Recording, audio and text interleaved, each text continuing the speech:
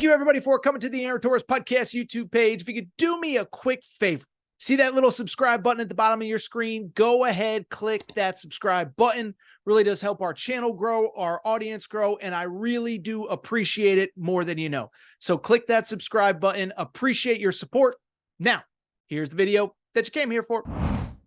College football conversation on the show. One more conversation coming out of Ohio State's national championship. And it's one that I think is certainly interesting and is certainly sweeping the world of college football. And it is a pretty basic question.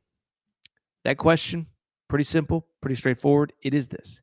It is, with Ohio State's national championship, has the Big Ten officially passed the SEC as the best conference in college football? To use a quote from Taylor Swift, have we entered our Big Ten era, baby? Yeah, I think we have, and I want to go ahead and break it down. By the way, we did a lot of this a few weeks ago, but I think it's worth revisiting because to me, I think to understand where we are now, we have to go back decade, 10, 12, 15 years.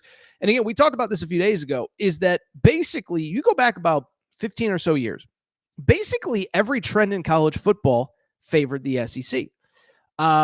Just big population booms, right? And we talked about all this, but Atlanta, Nashville, Charlotte, these are some of the biggest growing areas in the country. A lot of people coming from the north, coming from the northeast, coming from the Midwest. They don't want to live in cold weather all the time. So they move to Nashville, they move to Atlanta, they move to whatever. So you have more people. More people equates to more really good football players in that region. You had an era when once you got a good football player on campus, he generally never left because, oh, by the way, there was this thing called the sit-out rule when you transferred. It sounds crazy. It sounds unbelievable. But, yes, players used to have to sit out for a year when you transferred. So if you committed to Alabama, even if you were a backup offensive tackle in your third year, you just stuck around because you're like, I'm not sitting out for a year. And so you had more talent in the region. Generally, recruiting even like 10 years ago wasn't as national as it is now. And then I think the other thing too, and I think this is kind of an underrated thing that doesn't get talked about enough. It's not just that you had Nick Saban in your conference, the greatest coach to ever do it, who obviously set the standard. It's the fact that everybody in that conference is doing whatever it takes to compete with this guy at the highest level. And so you have Georgia, LSU, Tennessee, Auburn, Ole Miss, whoever. You're firing coaches, you're rehiring coaches, you're doing whatever, you're doing this, you're building facilities because you're trying to catch Nick Saban. So for about 15 years, every single trend favored the SEC. But now we are coming off a season in which we have back-to-back Big Ten champions. And by the way, producer Matt, you can put up my tweet from Monday night about the Big Ten's renaissance. I did get a stat in this wrong, by the way. But over the last 2 years, there's no doubt that the trend has changed because the Big Ten I put is 8-3 overall. They're actually 8-2 overall. They're actually 8-3. But they're 8-3 overall in the last two college football playoffs. 6 of those 8 wins were by double figures. They've won 2 national championships. They've won both national championship games by double figures. Kind of worth noting as well. The Big Ten team has, well, I guess that's not true. I was going to say the Big Ten has knocked out the SEC champ. That's not true because Texas was actually the runner-up. Georgia was knocked out by Notre Dame. But the point I'm trying to make is that it feels like there is a cultural shift, and now it feels like we are entering this Big Ten era of college football. Am I overplaying it? Is it a big deal? I'll be honest. I actually don't think that it's. Let me put it this way.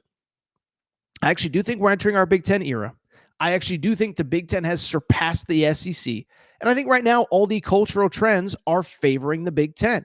And you might sit there and say, well, what are the big cultural trends that are favoring the Big Ten? I think the big one, as we discussed about a week ago, it is cold, hard cash, baby. Show me the money.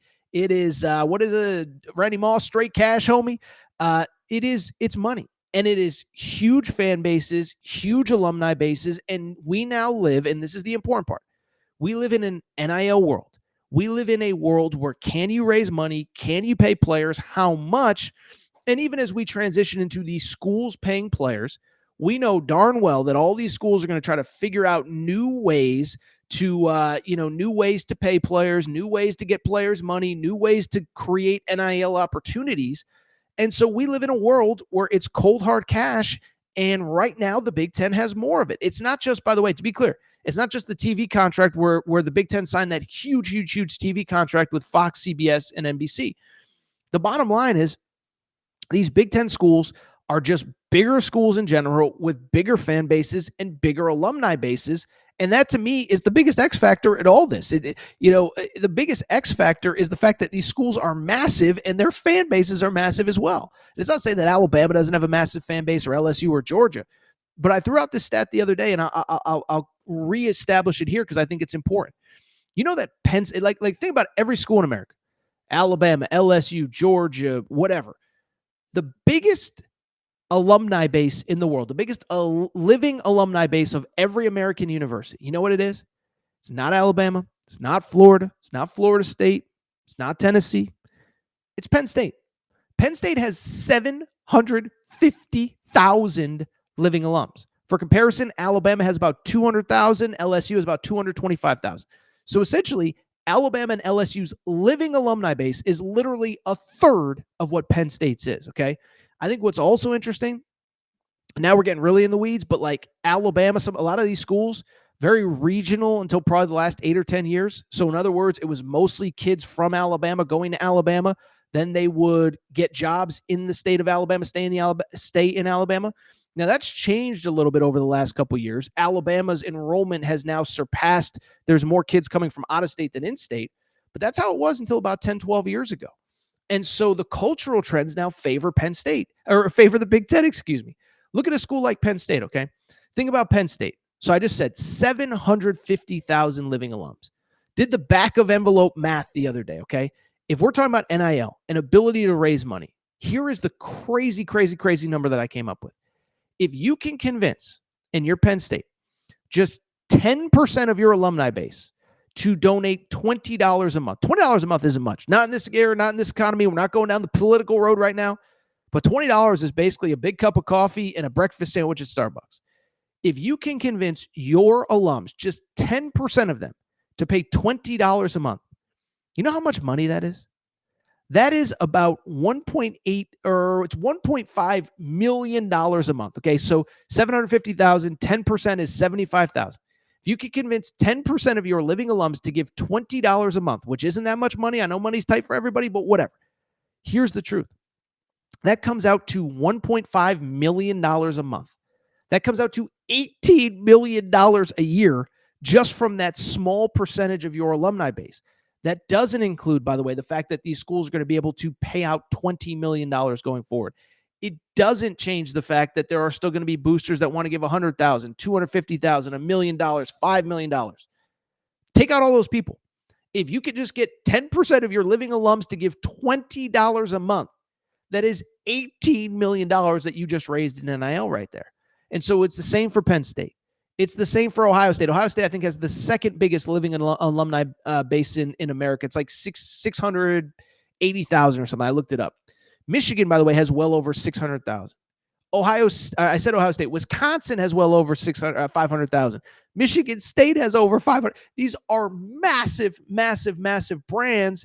And I said this when Alabama lost to Michigan in their bowl game, is that in an NIL world, if all these brands can properly weaponize the resources that they have, money, funding, alumni bases, it's going to be tough to beat these Big Ten teams.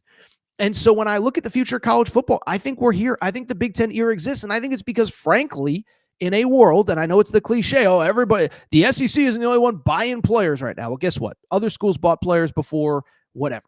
But I bring it up because I do think that is an X factor. And you don't even need my opinion for it. It's just a fact. Look at the Bryce Underwood situation. We talked about it a few weeks ago. Bryce Underwood is the #1 high school recruit in America, okay? Bryce Underwood committed to LSU. He wanted to go to LSU. And then Michigan, the home state school, doesn't have a quarterback. They say, how much is it going to take? And they offer him money. And he says no. And they raise the price. And he says no. And they raise the price again. And he says no again. And what ended up happening? We all saw it. It was by the end, it was like, this kid, they're offering me so much, I can't turn it down. And the family's kind of on the record is like, we were going to go to LSU, but at a certain point, LSU just couldn't match what Michigan was offering. So Bryce Underwood's going to Michigan. Dylan Raiola a year ago, same thing with Nebraska. Doesn't want to be a backup at Georgia, can go to Nebraska, getting paid really well. By the way, look at what they did in the portal for Dylan Raiola at Nebraska with Dane Key and some of the guys that they brought in. That's a stacked team going into next year, and it's thanks to NIL. It's going to be the same at Ohio State. It's going to be the same at Penn State. And I just think we're entering this Big Ten era of college football. It doesn't mean the SEC is awful. Doesn't mean they can't compete. What I do just think it means is that we live in a world where things are changing and the trends favor the Big Ten. So it's a very interesting world. It's a very interesting conversation. And it is it's just a new world of college football. It's a fascinating world of college football. But I do think we are entering our Big Ten era of college football.